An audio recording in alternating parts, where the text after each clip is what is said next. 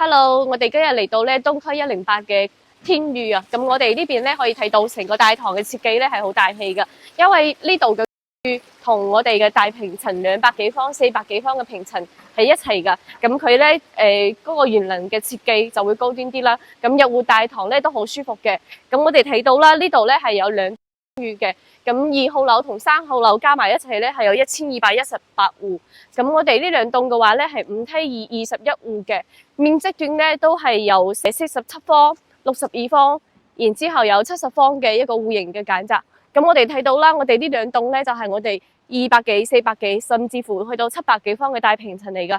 可以睇到成個園林嘅設計咧都好舒服，因為呢度嘅園林設計咧係新加坡嘅園林設計嚟嘅，咁佢嘅現代感都會好啲。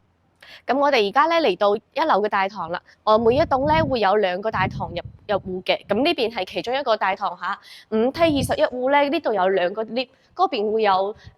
一個 lift， 咁呢個位置我哋啱睇到咧係一個架空層嚟嘅，小朋友同埋老人家都可以喺1樓嘅大堂玩下嘅，哇，好通風喎！咁呢度嘅話咧係。而家我哋2號樓已經收樓啦，咁呢邊嘅話咧做緊交付㗎，咁交付嘅話咧佢都寫明咗咩步驟，俾到好多業主咧就好清晰嘅一個意見啦。咁我哋想去再睇下我哋嘅示範單位。嗱，我哋嚟到47方嘅示範單位啦，咁佢層高係比較高嘅，4.5米嘅層高，然之後咧你可以隔翻一層出嚟咧，佢個空間就好大噶啦。咁我哋1樓咧佢嘅功能區都好齊全啊，因為呢度咧可以做翻個洗手間，咁1樓你可以做辦公啦，又可以做休閒啦，又可以做接待啦。我哋一齊上2樓睇下。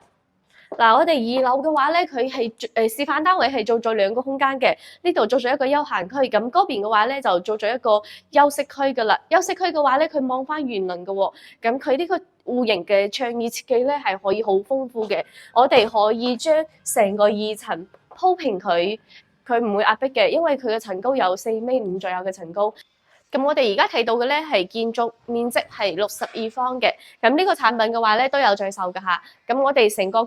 產品咧一共係有47方啦、62方啦，而且70方嘅戶型。咁而家在售單價咧8000幾就可以攞低啦，總價唔到40萬起，我哋就可以攞到我哋中山東區嘅核心地段啦。